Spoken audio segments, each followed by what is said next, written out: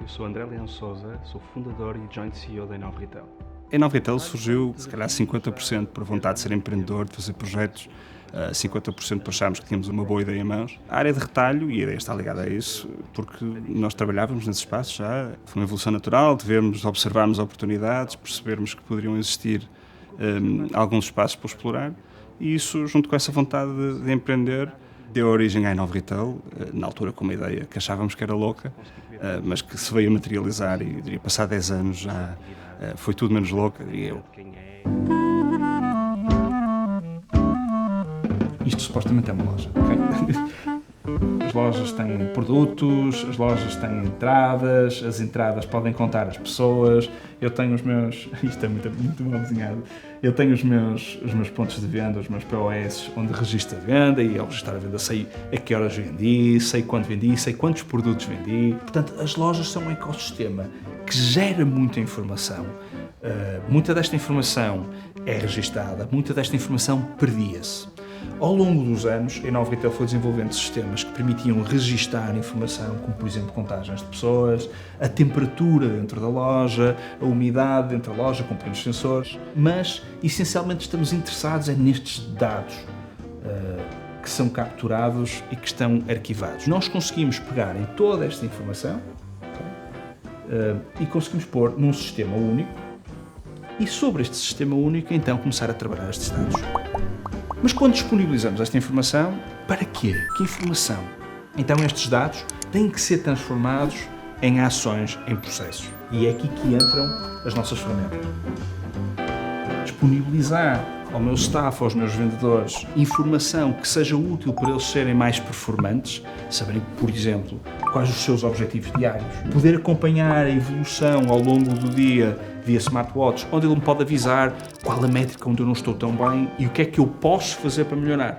E por que não complementar esta informação também com, por exemplo, as tarefas mais urgentes, os meus pedidos online.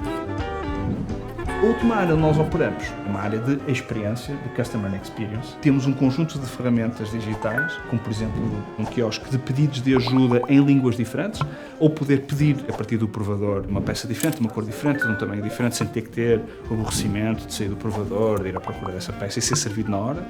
Tudo desenhado para entender melhor a relação que o meu cliente tem com o espaço e servi-lo melhor no próprio espaço físico. E se eu estou a servir melhor o meu cliente, estou a vender mais, tenho melhores resultados. Portanto, quando peguem toda esta informação e dou um passo atrás e começo a olhar para ela e olho para as minhas lojas todas, começo a gerir toda a minha loja de uma forma muito mais inteligente, assenta em dados, em tempo real, a servir melhor o cliente, e as nossas ferramentas ajudam.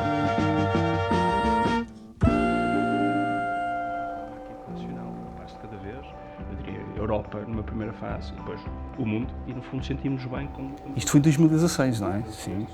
Sim, 2016, 2017, exato. Estávamos na fase de começar a experimentar os mercados internacionais. Em 2016 tínhamos acabado de integrar a família da Sonaem, que nos deu uma oportunidade fantástica para ter outro tipo de ferramentas de gestão, mais músculo financeiro, para ter outro tipo de alcance, outro tipo de expansão. Desde então conseguimos os nossos primeiros projetos internacionais, é incontornável o nome da Levi's e do fantástico projeto que temos com ele a nível europeu. O nosso produto amadureceu bastante e lançamos também aquilo que achamos que é o nosso produto mais diferenciador, que é a ferramenta de smartwatch. Nós somos das poucas empresas no mundo que têm uma ferramenta tão completa em wearable. Nós estivemos numa expansão acelerada entre 2016 e 2019, com a abertura de escritórios no Reino Unido, em Madrid, contratação de recursos locais, e estávamos a ser bastante bem-sucedidos. Começamos a encontrar algumas dificuldades em alguns destes mercados. Em 2019 percebemos que a estratégia não é que não estivesse a funcionar, mas estava muito mais lenta do que aquilo que era desejável. E como tal, arregaçamos as mangas e transformamos completamente a forma como queríamos operar. Também repensamos o nosso modelo de presença local e acabamos por fazer uma pausa no mercado inglês. E, curiosamente, quando surgiu o tema da pandemia, que estamos ainda aqui a atravessar, nós já estávamos muito bem preparados para esse processo. Eu diria que inicialmente foi dramático. Fechou tudo, o retalho é 80% a 90% físico, portanto o impacto que isso tem é absolutamente brutal. Houve claramente um arrefecimento, mais do que na receita que tínhamos e nos projetos que tínhamos, é no pipeline, nas perspectivas. O fazer novo negócio tornou-se muito mais difícil.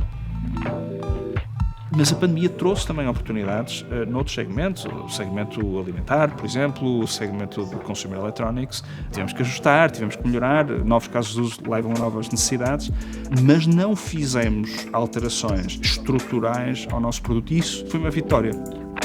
Este ano já estamos com o nosso melhor ano de sempre e ainda vamos, nem a meio do ano chegamos. E a partir daí, porque é uma cidade que faz sentido. Porto, uma cidade que faz sentido, gosto. Um slogan.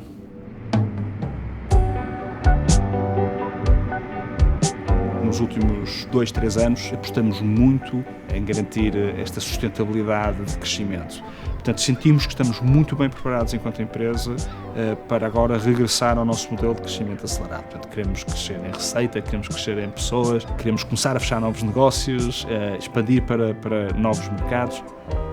Existem alguns mercados mais apelativos que outros. Nós tínhamos uma criança enorme no mercado inglês, continuamos a ter, achamos que é um mercado de referência que nos ajuda a ter visibilidade no mercado norte-americano e no mercado asiático, mas o mercado alemão, por exemplo, o mercado holandês, portanto, o Benelux também, mercados mais maduros que já estejam naquela fase daquela busca daquele fator diferenciador.